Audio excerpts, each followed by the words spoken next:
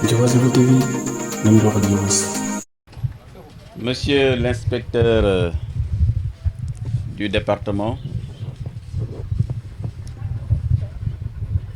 Monsieur le principal du collège Mbour 2 et l'ensemble du corps professoral de Thiès venu ici dans la commune de Notto Diobass. Madame le proviseur du lycée de Sangué, Mesdames, Messieurs les enseignants et tous les membres du corps professoral des lycées et collèges de la commune de Notto Diobass. Monsieur le maire, Madame le maire Ndeye Fatou, Monsieur le commandant Traoré de la brigade Notto, Monsieur le chef de village Moustapha Faye, représentant le président Ablaye Thiandoum, président de l'association des chefs de village de l'arrondissement de Notto, notre ami le chef de village Aliba, le chef de village du village de Notto qui nous accueille ce matin. Je voudrais saluer tous les représentants des services de l'État, les forces de défense et de sécurité, mais particulièrement le corps enseignant du département de Thiès. Monsieur le représentant du syndicat, je pense que c'est le QSEMS, on m'a dit. SAEMS. J'espère que je n'ai pas fait un casus belli en disant QSEMS à la place de SAEMS. C'est Monsieur Gueye, merci pour votre présence. Mesdames, Messieurs les conseillers municipaux, Monsieur Nakhassen, représentant les parents d'élèves, chers élèves, chers représentants de la presse, Madame Tine Madjigen Sek, vous le savez, qui est ma nièce, mais également qui est la coordinatrice de cet événement. Je voudrais d'abord vous dire félicitations et bravo. Monsieur le président de la commission éducation du conseil municipal de Notto Diobass, Monsieur Karim Anne, et tous les membres de la commission, je voudrais également vous féliciter pour cette organisation que nous avons aujourd'hui. Chers invités, chacun a son titre, grade. Ce matin, nous avons le plaisir, Monsieur l'inspecteur du département, d'être avec vous ici à Notto Diobass pour célébrer 22 de nos filles et garçons qui se sont distingués par leur intelligence et par leur volonté à travers ce concours de l'excellence sur les matières scientifiques, notamment les mathématiques, les sciences physiques et les sciences de la vie et de la terre, SVT. Je voudrais, à l'entame donc de mes propos, adresser mes félicitations à ces jeunes filles et jeunes garçons qui sont armés justement de ces qualités qu'est la volonté, vous l'avez rappelé monsieur l'inspecteur et monsieur le principal, cette volonté qui peut permettre à une personne humaine de soulever les montagnes. Je voudrais donc vous dire, chers élèves, félicitations. Vous avez bien travaillé et vous avez largement mérité la présence de vos professeurs, la présence de vos parents, mais également de vos élus pour fêter avec vous ces éléments d'excellence. Je voudrais donc, monsieur l'inspecteur, si vous le permettez,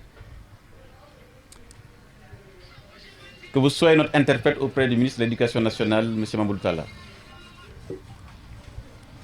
pour lui dire merci. Merci pour toutes les dispositions qu'il n'a cessé de prendre à chaque fois que la commune de Notto Diobass est dans le besoin. Vous l'avez rappelé tout à l'heure, effectivement.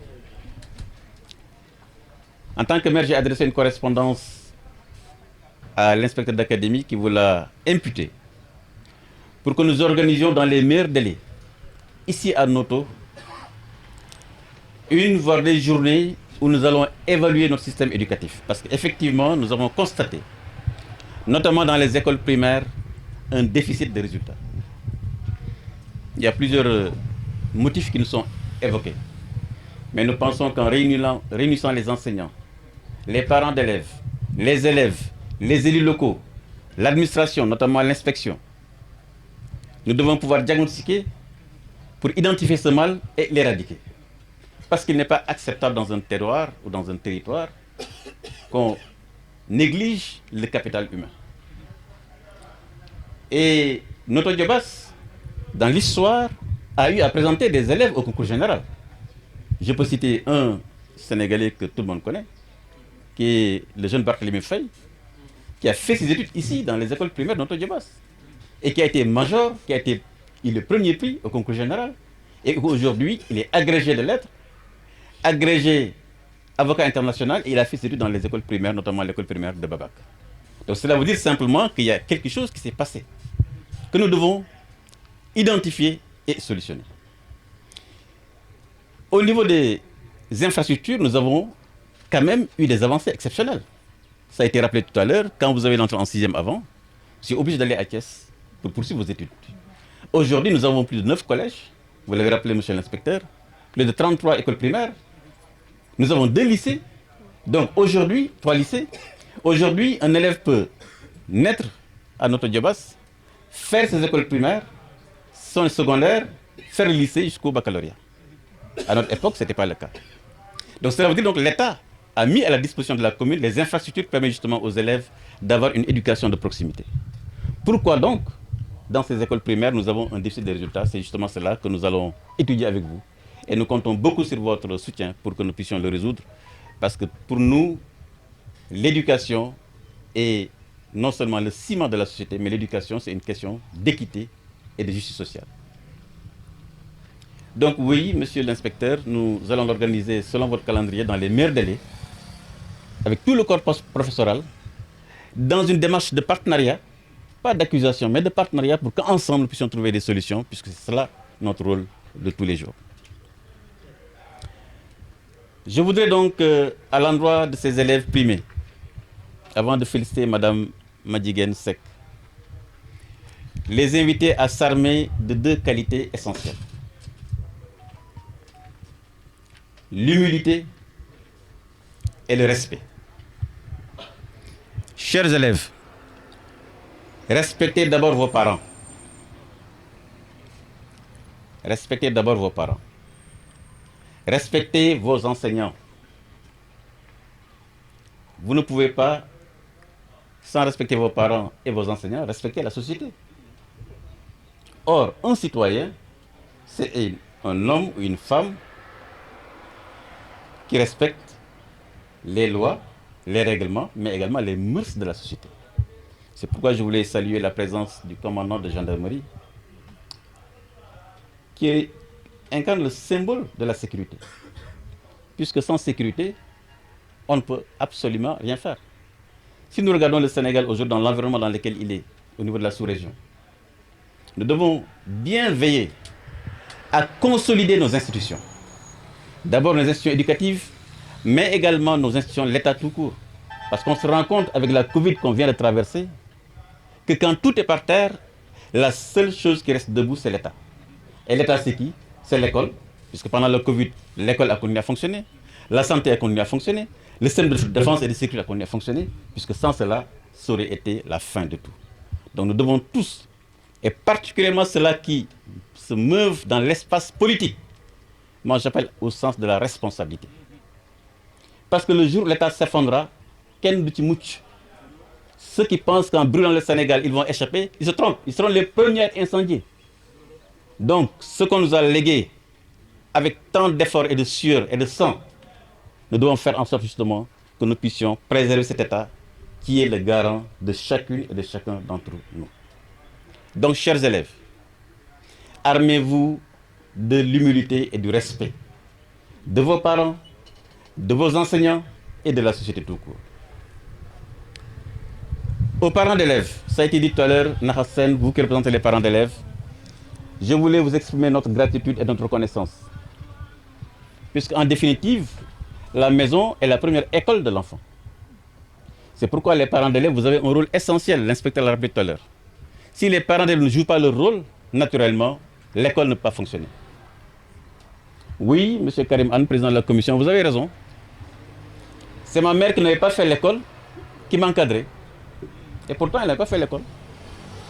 Et pour savoir si j'avais appris mes leçons, qu'est-ce qu'elle faisait? Elle appelait son frère, qui était donc un peu enseignant. Et c'est lui qui s'assoyait, moi je m'étais à côté, donc entre les deux. Et naturellement, je devais réciter. Évidemment, j'avais intérêt à ce que ça se passe bien, puisque j'étais entre les deux, donc je n'avais aucune chance d'échapper. Mais elle n'a pas fait l'école et c'est elle qui encadrait. C'est pourquoi l'encadrement de l'élève est essentiel. J'ai aimé les études à cause de ma maman. Parce que quand je la voyais, ces efforts qu'elle faisait, je dis, mais en fait, mais pourquoi tu te fais autant de peine?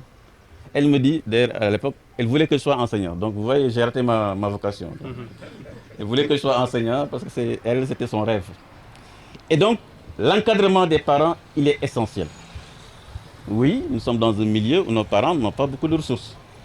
Et les moyens ne sont pas une barrière, effectivement. Et donc, je voulais encourager encore ces élèves pour leur dire, à travers cette humilité, ce respect aux parents et aux enseignants, naturellement, the sky is the limit. Vous n'avez pas de limite. Merci aux parents d'élèves. Aux enseignants, vous êtes nos inspirateurs. Nous vous devons 1000 gratitudes. Puisqu'un enseignant, ce n'est pas seulement quelqu'un qui transmet la connaissance. C'est aussi un modèle qu'on doit suivre. C'est pourquoi l'enseignant, vous avez une énorme responsabilité. C'est pourquoi j'ai toujours mal au cœur quand je vois un enseignant impliqué dans des choses qui ne sont pas normales. Puisque l'enseignant, c'est un modèle. Nous, à l'époque, à l'école primaire, quand on voyait l'instituteur venir dans la rue, puisqu'on aimait bien jouer au football à l'époque, l'instituteur ne trouvait jamais sur un terrain. Sauf qu'il s'est mis mais maintenant, je vois certains élèves avec les enseignants, les copains et copines. L'enseignant, c'est une institution. Le professeur, c'est une institution. Et moi, je rêve de cette société où l'enseignant joue son rôle. Parce qu'ici, dans le milieu rural, quand vous êtes enseignant dans un village, d'ailleurs, ça, je pense que je ne vais pas le raconter parce que ça risque de me créer quelques... Puisque l'enseignant avait toutes les faveurs. Quand on était jeune à l'époque, donc naturellement, on était concurrents quand on allait dans certaines maisons. L'enseignant avait toutes les faveurs, pour ne pas dire plus. Mais parce qu'il était respecté. Et il doit être respecté. Donc l'enseignant, chers élèves, c'est un professeur, c'est un copain. C'est un professeur, c'est un kilifa. C'est un professeur d'un gud. Ce n'est pas quelqu'un avec qui vous vous amusez, non. Et donc les élèves, il faut que vous sachiez que l'enseignant, c'est une institution. Et c'est comme ça que vous arriverez à respecter l'institution nationale qui est l'État. Merci donc les enseignants, merci pour ce que vous avez fait.